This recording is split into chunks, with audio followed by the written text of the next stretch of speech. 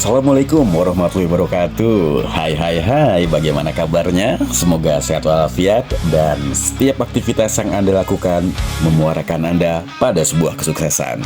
Berjumpa lagi dengan kami, Ridwan Haryanto and Friends Resonansi.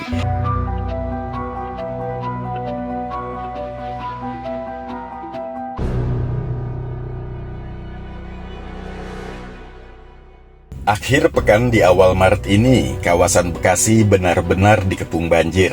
Sejumlah wilayah terendam banjir cukup parah sehingga masyarakat harus mengungsi.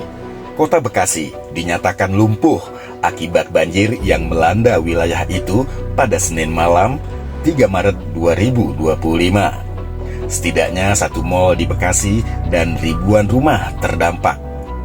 Dengan demikian, sebagian warga harus diungsikan.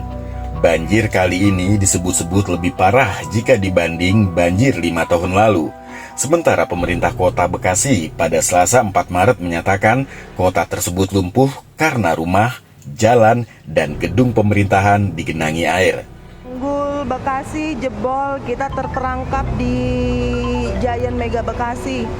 Ini lantai 1 sudah tergenang banjir, kita nggak bisa turun karena akses turun sudah tidak bisa lagi. Banjir yang terjadi di kawasan Bekasi dipengaruhi oleh tingginya curah hujan, sehingga aliran sungai dari Bogor ke wilayah Bekasi meluap. BNPB menyebut ketinggian air akibat banjir di Kabupaten Bekasi maupun Kota Bekasi, Jawa Barat ada yang mencapai 3 meter. BNPB memastikan tim petugas gabungan mengerahkan banyak perahu karet untuk evakuasi korban banjir. BNPB juga masih mendata jumlah warga yang terdampak. Izin melaporkan dari Perumahan Pondok Gede Permai, Kelurahan Jati Rasa, Kelurahan Jati Rasa, Kecamatan Jati Asih, Bekasi, melaporkan terjadi banjir dimulai semalam jam 3. Kiriman dari Hulu Cilengsi sampai sekarang masih banjir.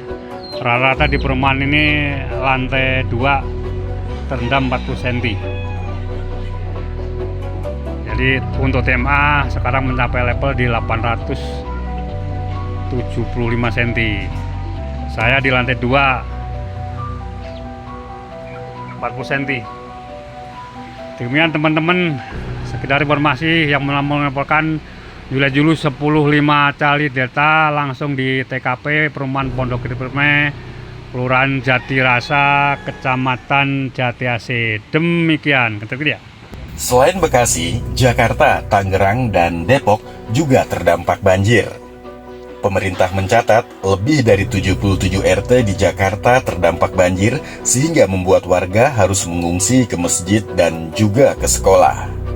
Banjir yang melanda Jakarta telah menarik perhatian Gubernur dan Wakil Gubernur DKI Jakarta, dan kedua orang terpenting di Jakarta tersebut sudah meninjau wilayah yang terdampak banjir. Jadi yang kita buka ya yang ke arah Ciliwung Lama dioperasikan satu pintu dibuka penuh setinggi 175 cm. Ke arah banjir Kanal Barat dioperasikan 3 pintu dibuka setinggi 800 cm.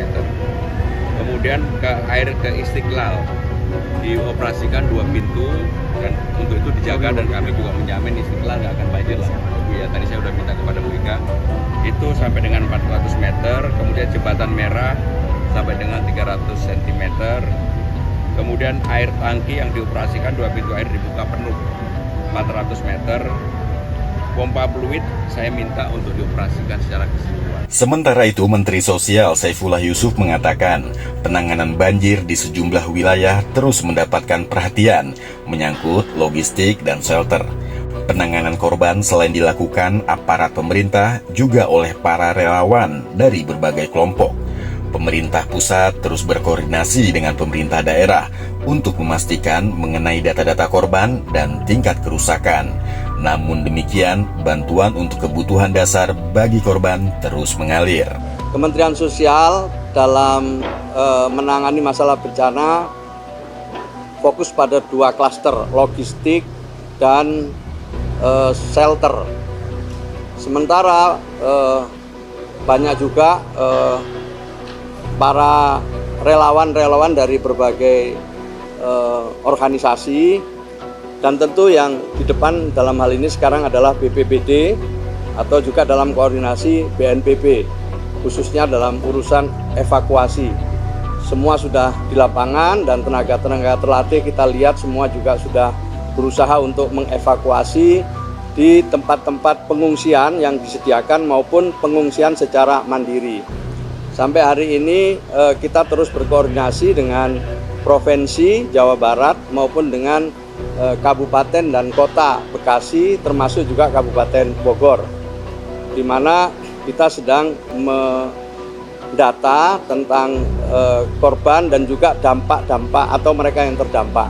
Sampai sekarang memang belum data belum final, masih terus berkembang karena memang cukup luas ya banjir ini. Mohon nanti kita akan sampaikan kalau datanya sudah cukup menggambarkan situasi dan kondisinya. Menko PMK Pratikno menyebut penanganan banjir di sejumlah daerah menjadi perhatian pemerintah pusat.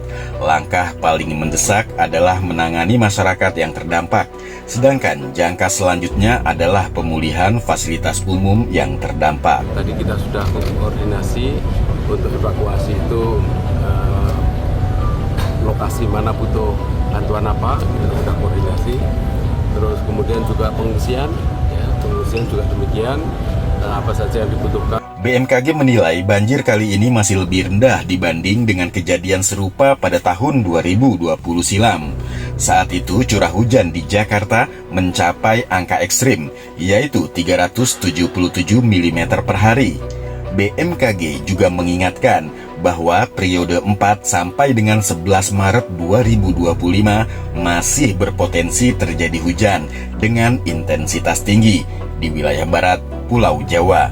Oleh karena itu, masyarakat dihimbau untuk terus memantau informasi cuaca guna mengantisipasi kemungkinan banjir susulan.